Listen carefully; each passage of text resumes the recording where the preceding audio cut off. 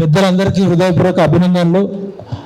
చాలాసార్లు బీసీ అంటుంటే మన సూర్యారావు అన్న మేము ఒక మీటింగ్లో అసలు నామిన్క్లేచర్ మార్చుదామని ఒక ఫిలాసఫికల్ డిస్కషన్ చేసినాం. బీసీ అంటే బ్యాక్వర్డ్ క్లాసెస్ కాదు, బ్రిలియంట్ అండ్ క్రియేటివ్ కమ్యూనిటీస్ అని చెప్పినాం. బీసీలలో బ్రిలియంట్ ఉంటుందా ఉండదా, క్రియేటివిటీ ఉంటుందా ఉండదా? నా కొడుకు ఒకసారి నన్ను అడిగిండు, హైదరాబాద్ పబ్లిక్ స్కూల్లో నా కొడుకు చదువుతున్నప్పుడు మన క్యాస్ట్ ఏంది నాన్న అంటే మన బీసీలో రా అంటే, అరే నేను ఎట్లా వెనక బీసీ అంటే ఏంటంటే బ్యాక్వర్డ్ క్లాసెస్ అన్నారు. అరే నేను క్లాస్లో టాపర్ని, అన్నిట్లో టాపర్ని, నేను ఎట్లా బ్యాక్వర్డ్ క్లాసెస్ అయినా అన్నారు. అట్లా కాదు నాన్న, కాన్స్టిట్యూషన్ మనకి షెడ్యూల్డ్ క్యాస్ట్ ఎస్సీ ఎస్టీలను ఒకటి చెప్తూ బీసీలు అని చెప్పిందంటే, మరి బ్రిలియంట్ కుండలు చేసే వృత్తి ఎవరైనా కుమ్మరలు తప్ప ఎవరైనా చేయగలరా కుండలు? ఒకటి ఇలా ఒక బుక్లో ఇప్పుడే చదువుతుంటే మన పరిస్థితి ఎట్లుందంటే, అంటే వాస్తవాలు మనం మాట్లాడుకోవాలి. కుండల్ని నమ్ముకొని బతికిండు మా తాత, కుండల్ని అమ్ముకొని బతికిండు మా నాయన. అమ్ముకుందామన్నా నమ్ముకుందామన్నా కుండే కరువైపోయింది నాకు. ఇవాళ మన కుమ్మరోళ్ళ పరిస్థితి ఇది కేవలం కుమ్మరోళ్ళ పరిస్థితే కాదు, కుల వృత్తులు కోల్పోయిన మొత్తం మైనారిటీ బీసీల పరిస్థితి. బీసీలకే బ్రిలియంట్ క్రియేటివిటీ ఉంటే మరి మోస్ట్ బ్యాక్వర్డ్ క్లాసెస్కి మోస్ట్ క్రియేటివిటీ ఉండాలి కదా. ఇప్పుడు మోస్ట్ బ్రేవ్, బి అంటే brave, brilliant and talent, C అంటే కమిట్మెంట్, క్రియేటివిటీ, క్యారెక్టరు అన్నీ ఉన్నాయి కదా.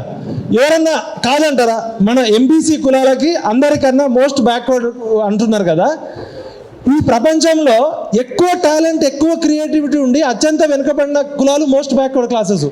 ఇదే మోస్ట్ బ్యాక్వర్డ్ క్లాసెస్కున్న క్రియేటివిటీ ఏ జపాన్లోనో, జర్మనీలోనో, తైవాన్లోనో ఏ దేశంలో ఉన్నా కూడా ఓ 10 నోబెల్ బహుమతులు వచ్చేటి ఇండస్ట్రీస్ అంతా మీ చేతుల్లో ఉండేటోళ్ళు. ఇవాళ చైనా పోతే నేను చైనాలో కుటీర పరిశ్రమలన్నీ ఎవరి చేతిలో ఉన్నాయి? మోస్ట్ బ్యాక్వర్డ్ క్లాసెస్ చేతిలోనే ఉన్నాయి, బీసీల చేతుల్లో ఉన్నాయి. వస్తువు తయారు చేసే నైపుణ్యము, సృజనాత్మకత ఉన్నోళ్ళకి ఇండస్ట్రీ లింకేజ్, మార్కెట్ లేకపోవడం వల్లనే కదా ఇవాళ మన కుమరోళ్ళ పరిస్థితి లాగా అందరి పరిస్థితి వచ్చింది. ఒకవైపు కుల వృత్తులు కూలిపోతున్నాయి, ఒకవైపు కుల వృత్తులకి మార్కెటింగ్ సౌకర్యము, ఇండస్ట్రీ ఎకనామికల్ మోడర్న్ ఎకానమీలో లింకు లేకపోవడం వల్ల, గ్లోబలైజేషన్ వల్ల ఇవాళ మనం ఆర్థికంగా వెనుకబడ్డామంటే, రాజ్యాంగము వెనుకబడిన వర్గాలకు ఇచ్చిన రక్షణలో కూడా అత్యంత నిరాధారకు గురైంది మోస్ట్ బ్యాక్వర్డ్ క్లాసెస్. ఇలా జర్నలిజంలో పిహెచ్డి చేసి ఒక 25 ఏళ్ళు తెలంగాణ ఉద్యమం ఉన్న నాకే మోస్ట్ బ్యాక్వర్డ్ క్లాసెస్ పేర్లు చెప్పమంటే వరుసగా చెప్పలేను, ఓ 10 పేర్లు చెప్పగలం. కానీ ఇవాళ 94 ఉమ్మడి ఆంధ్రప్రదేశ్లో ప్రభుత్వం గుర్తించిన 94 బీసీ కులాల్లో 84 కులాలు మోస్ట్ బ్యాక్వర్డ్ క్లాసెస్ అంటే ఎవరికి అన్యాయం జరుగుతుంది? ఇవాళ ఎందుకు ఈ మీటింగ్కి వచ్చినాం మనం? ఇవాళ ఎస్సీలలో మాదిగలకి, మాలల ఉపకులాలకి, మాదిగ ఉపకులాలకి అన్యాయం జరుగుతుందని 30 ఏళ్లుగా మందకృష్ణ మాదిగన్న ఏ విధంగా పోరాటం చేస్తుండో ఆ పోరాట స్ఫూర్తితోటి మనమంతా ఇవాళ ఎంబీసీలకి న్యాయం జరుగుతుంది, ఎంబీసీలకి రాజకీయాల్లో కానీ, విద్యారంగంలో కానీ, ఉపాధి రంగంలో కానీ వాటాలు దక్కాలని సూర్యారావు అన్న, మందకృష్ణ మాదిగన్న ఎంబీసీ ఎంఆర్పిఎస్ ఎప్పుడో పెట్టారు. కాబట్టి గట్టిగా చప్పట్లు కొట్టాల. ఇలా చాలామంది మందకృష్ణ మాదిగ అంటే ఎంఆర్పిఎస్ నాయకుడు అనుకుంటున్నారు, కానీ ఆయన ఫస్ట్ ఎంబీసీ ఎంఆర్పిఎస్ ఐక్యవేదిక రాష్ట్ర అధ్యక్షుడు. ఇలా పృథ్వన్ అయినా, నేనైనా, మేమైనా, అరే విఠల్ నువ్వు మున్నూరు కాపు పటేల్ కదా, నీకేం సంబంధం రా మా ఎస్సీల గురించి మాట్లాడుతున్నావు అని మా అమ్మని, అక్కని, చెల్లిని అందరినీ తిడుతున్నారు, మా విమలక్కని తిడుతున్నారు. అసలు సమాజంలో ఎంబీసీలకి ఎస్సీల కన్నా ఎక్కువ అన్యాయం జరిగింది. కనీసం కాన్షీరామ్, అంబేద్కర్, జ్యోతిరావు పూలే దళిత పోరాటాల వల్ల ఎస్సీలకి ఆత్మగౌరవం వచ్చింది, బెదిరించే నైతిక ధైర్యం వచ్చింది, పోరాడే శక్తి వచ్చింది. అసలు కనీసం నేను హుజూరాబాద్ ఎన్నికల్లో మా సూర్యారావుని తీసుకుపోయి నన్ను తిప్పిండు. చాలా ఎంబీసీ కులాల్లో 10th క్లాస్ చదివిన వాళ్ళు కూడా లేరు.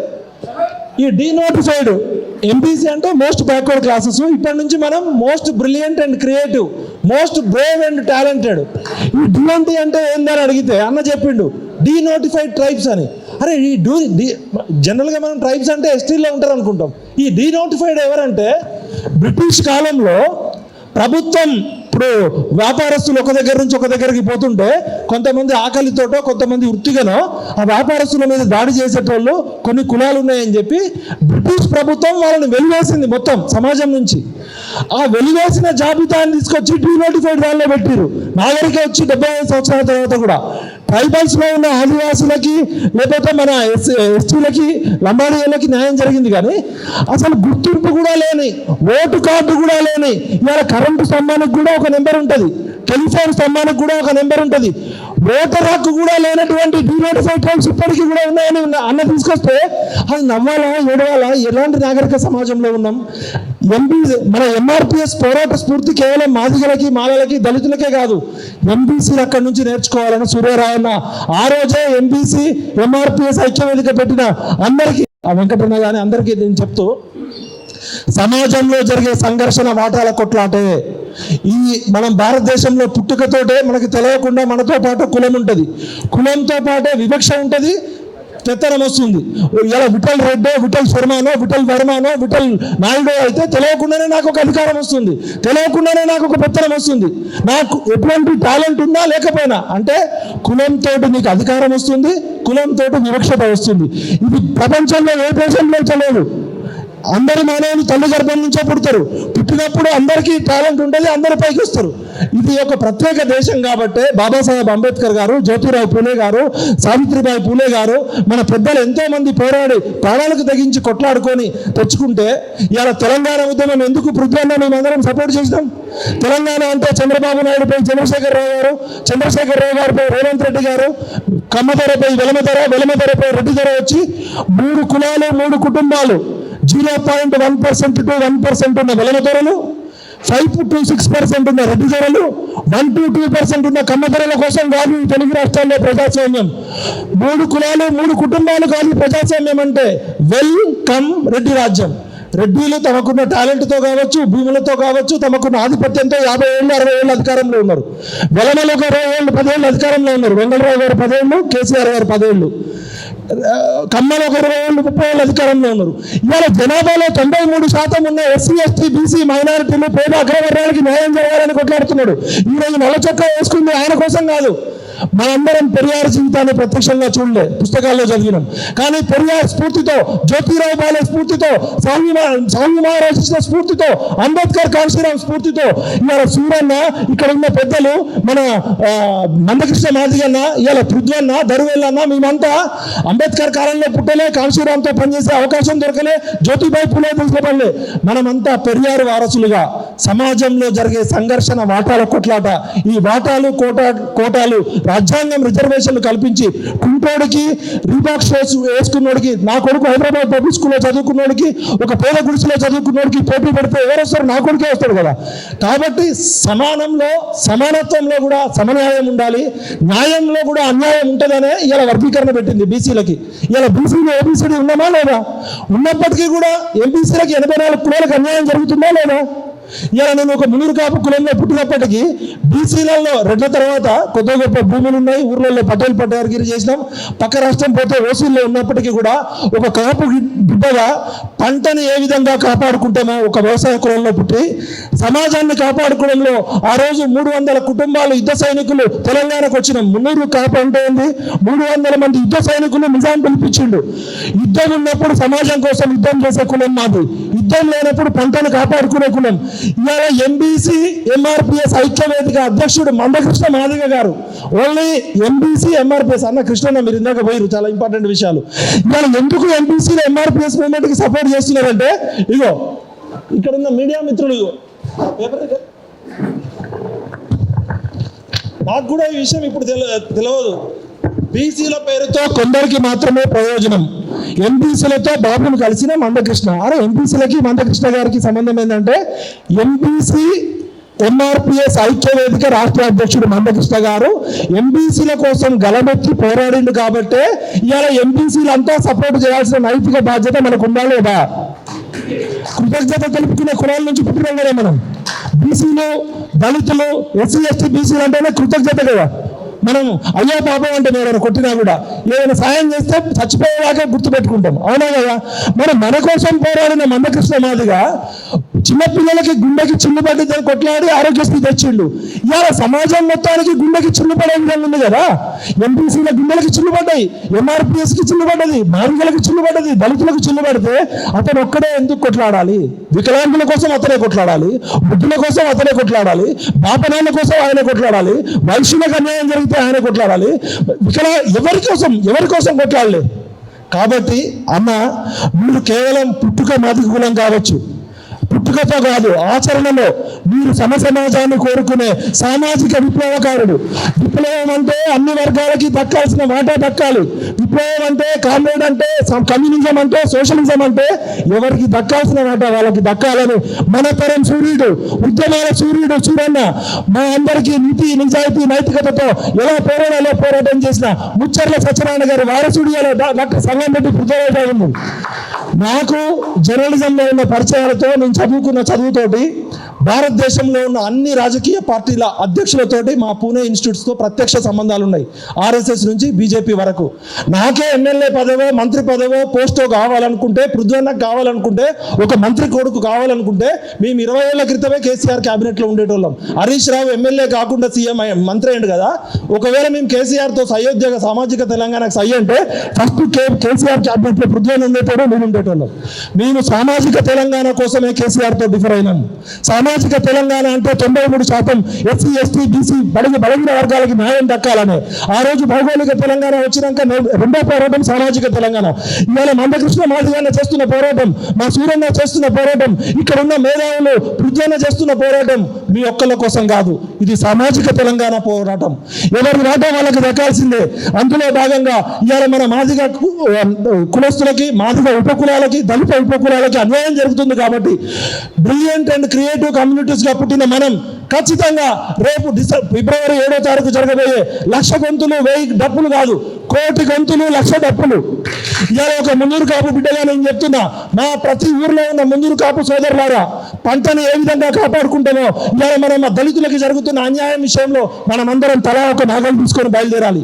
అదేవిధంగా మన ఎంబీసీ కులాలంతా కూడా ఇవాళ అన్న ఆధ్వర్యంలో, పృథ్వన్న ఆధ్వర్యంలో జరుగుతున్న ఈ ధర్మ యుద్ధంలో కృష్ణుడు అర్జునుడు లాగా మనమంతా అర్జునులై కొట్లాడాలి. ప్రతి ఎంబీసీ కులం కూడా తమ కుల వృత్తుల సంకేతాలని, తమ కుల వృత్తుల నాగరికతను తెలిపే వాయిద్యాలను తీసుకొని డోలు దెబ్బ, నాగలి, మున్నూరు కాపు నాగలి, ఏ విధంగా అయితే మన వడ్డెరల గందెబ్బలాగా అన్ని సాంస్కృతిక కళారూపాలు, ఇందాకనే పృథ్వన్న చెప్పినట్టు రాష్ట్రపతి పరేడ్లో ఏ విధంగా అయితే అన్ని రాష్ట్రాల కళా శకటాలు ఏ విధంగా పోతాయో, మొత్తం సమాజంలో ఉన్న బాపరేల దగ్గర నుంచి అన్ని కులాల వరకు సమాజంలో ఉన్న అన్ని కులాల మద్దతు మీకుందన్న.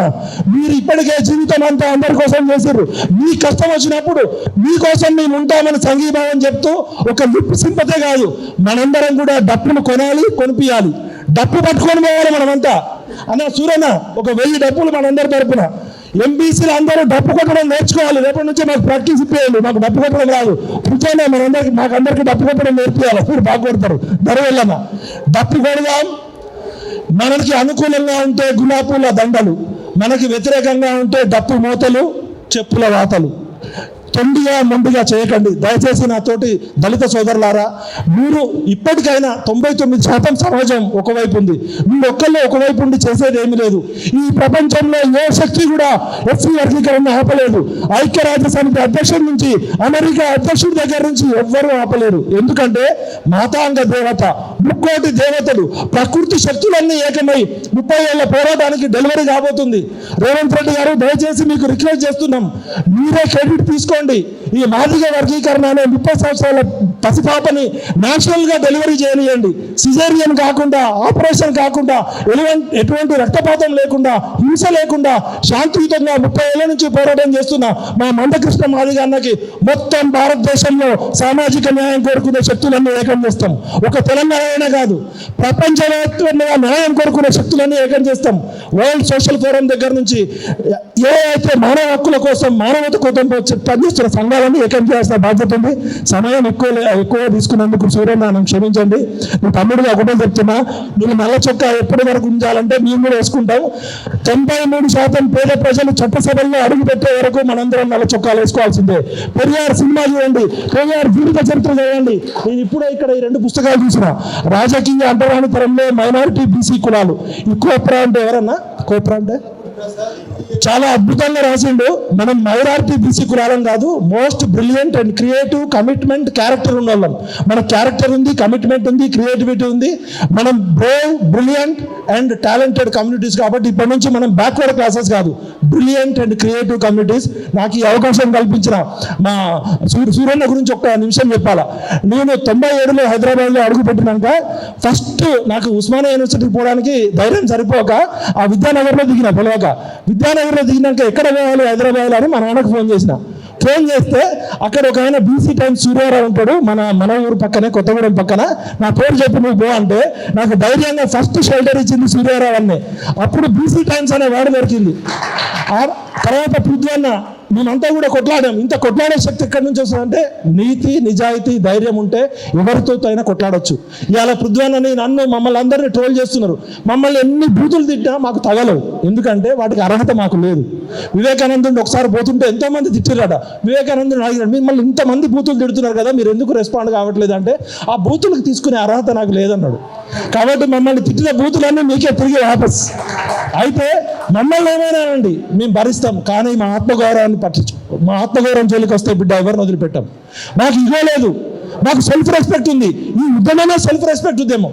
మల్లకృష్ణ మాదిగ అన్న క్యారెక్టర్ అసాసినేట్ చేసి ఆయన బీజేపీతో ఉన్నాడు, ఆయన కాంగ్రెస్తో ఉన్నాడు, ఆయన ఆతో ఉన్నాడు, ఈతో ఉన్నాడు వంకలు చెప్పకండి. వర్గీకరణకు ఓకే, కానీ చాంతాడంత మార్పం చదువుతున్నారు. వర్గీకరణకి ఓకే అనుకున్న వాళ్ళందరూ కలిసి రావాల్సిందే. వర్గీకరణకి సపోర్ట్ చేయడం వాళ్ళందరూ ఒక లైన్ గీస్తున్నాం. వర్గీకరణ సామాజిక న్యాయం కాబట్టి ఈ సామాజిక న్యాయానికి మద్దతు తెలుపుతూ మోహరించిన సైన్యాలనైనా ఆపవచ్చు, కానీ ముహూర్తం ఆసనమైన ఆలోచనలు ఎవరు ఆపలేరు. ఈ రోజు ఇక్కడ సోమాజిగూడ ప్రెస్ క్లబ్ లో ఇంతమంది మధ్య మనం ఒకే ఆలోచనతో కలిసి ఉన్నాం. ఈ ఆలోచనలు ఆపే శక్తి ఎవరికన్నా ఉందా? ఈ ఆలోచనలు ఆపే శక్తి ఎవరికన్నా ఉందా? కాబట్టి ఎస్సీ వర్గీకరణ జరిగి తీరుతుంది, ఇది తథ్యం. సూర్యుడు తూర్పులో ఉదయించడం ఎంత సత్యమో వర్గీకరణ జరగడం అంతే సత్యం. కాబట్టి జై మాదిగ, జై అంబేద్కర్, జై సామాజిక తెలంగాణ, జై భారత్.